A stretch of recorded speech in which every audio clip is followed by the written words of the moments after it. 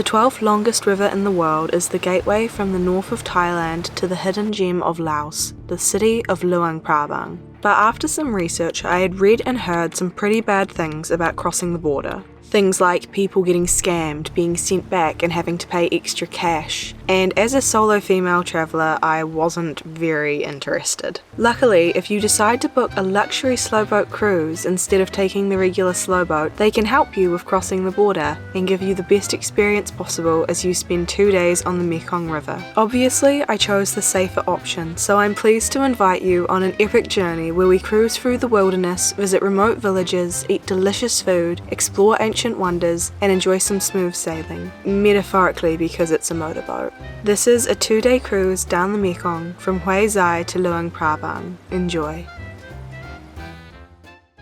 If you're new here, you may not know that for the past month I've been in Chiang Mai training Muay Thai, so my first job was actually to get a bus to go to the border town of Chiang Krong. Surprisingly, the 8 hours weren't too bad, and I even managed to arrive there just in time for a local food festival. I had something with chili that was really nice, but did kind of end up burning my mouth off. The next morning, I was picked up with some others and taken across the border. If I'm honest, the crossing was a lot less scary than I envisioned and had heard, but who knows, maybe it's just the luck of the draw. I was pretty tired when I got on board, so I just chilled out reading my book for a bit.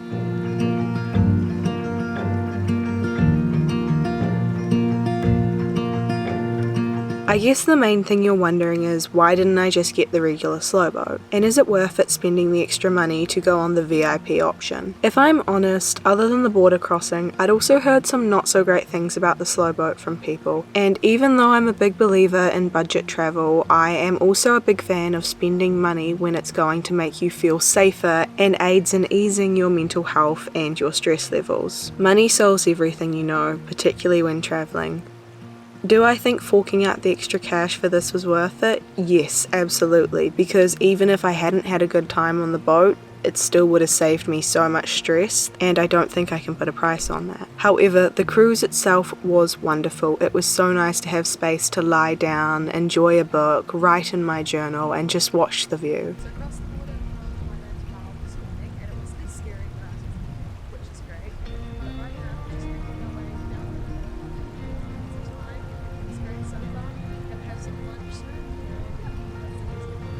The scenery was gorgeous and we had a delicious lunch, which I honestly don't even know what it was, but it was amazing.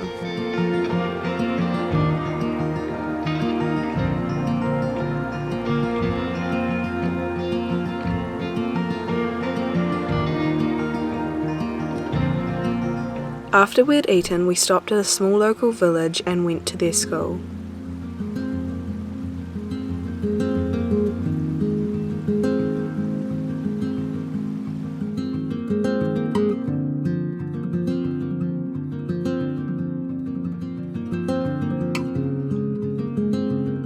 It was really interesting to watch the kids play, see how they amuse themselves, the things they enjoy and how they interact, and just what their schooling environment is like. Even though based on appearances you wouldn't think so, I feel like in some ways they're better off than kids in the West. I'll let you think about why, or feel free to comment below. You might think of something I haven't. The kids were gorgeous and seemed quite happy to mostly ignore us, as I figure the slowboats may stop there semi-regularly, but a few of them were quite friendly and offered a few smiles our way.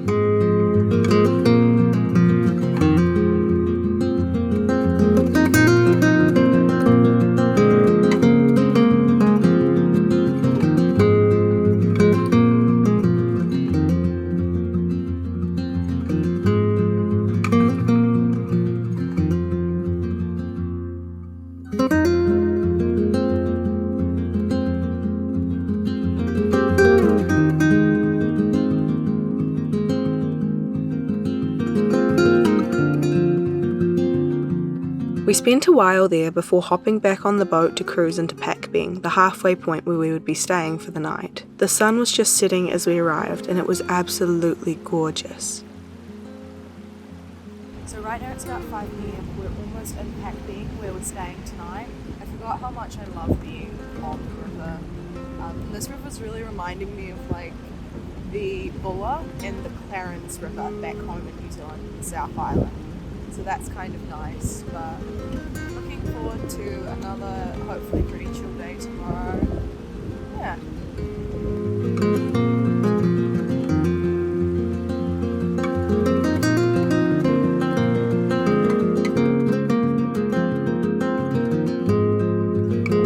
Pakbeng is basically a place where there's one main street with all the food places, then there's some hotels nearby. After I checked in, I got some Indian for dinner that was actually delicious before heading off for a good night's sleep, as we had to be up the next morning for departure at 8 AM.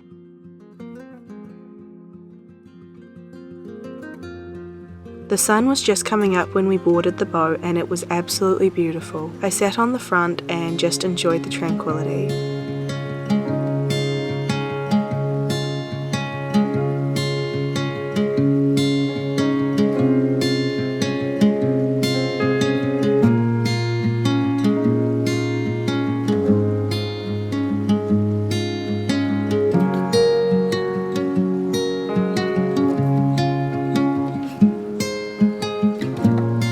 Last night we stayed in Pakbeng overnight. The accommodation's pretty simple but good enough, and there's a bunch of places you can get food in the main street as well, as obviously the boats are through all the time, so they're kind of catering to be a bit of a tourist town, even though they are in the middle of nowhere, it's lovely.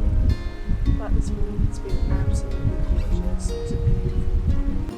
Compared to its neighbours, the landlocked Laos is almost untouched in places, and I loved returning to somewhere of such tranquility after being in crazy busy places like Hanoi and Saigon, and even Chiang Mai during the Luang Prabang festival. It was revitalising in a way I never would have expected.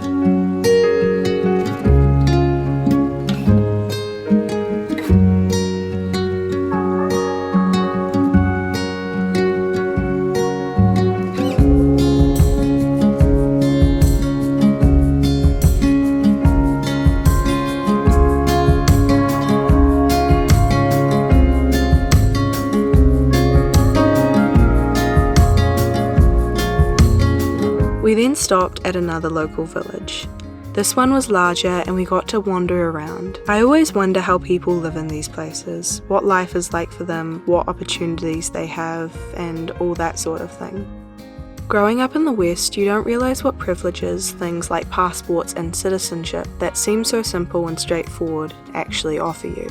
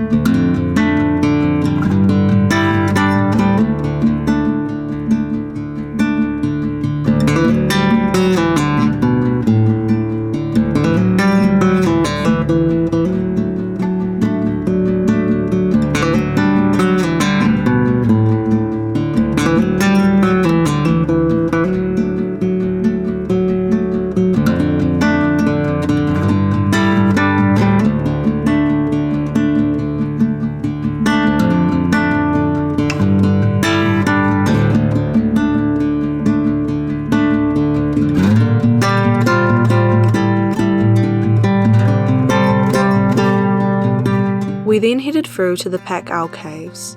Honestly, I have been to some better ones elsewhere, but it was interesting to explore and I really liked the silhouette with the mountains in the background.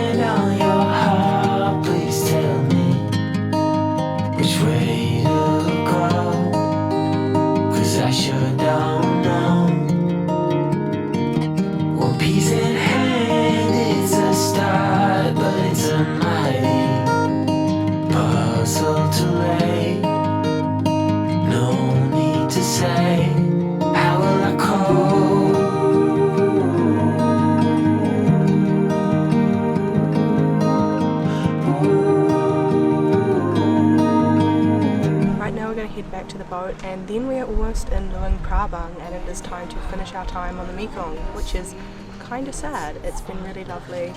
I also had a nap this afternoon, which probably means I'm a bit tired, but time to go, I guess. We spent a while checking out the 2 different caves, but once we'd left there, it wasn't far to Luang Prabang. From those who steal till I find my way, how will I call?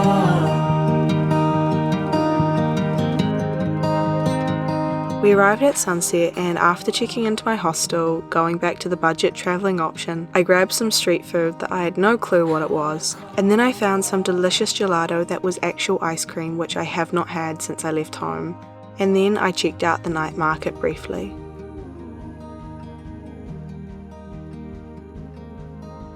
Overall, I had a blast on the slow boat, or the luxury edition of it at any rate, and would definitely recommend treating yourself to it even if you are on a budget. However, the reviews on the slow boat seemed to be mixed. Some people said it was horrible and others said it was amazing, so it may just be a luck of the draw, and you're more than welcome to place your bets on the cheaper option as well. All the best with your travels. Toodles!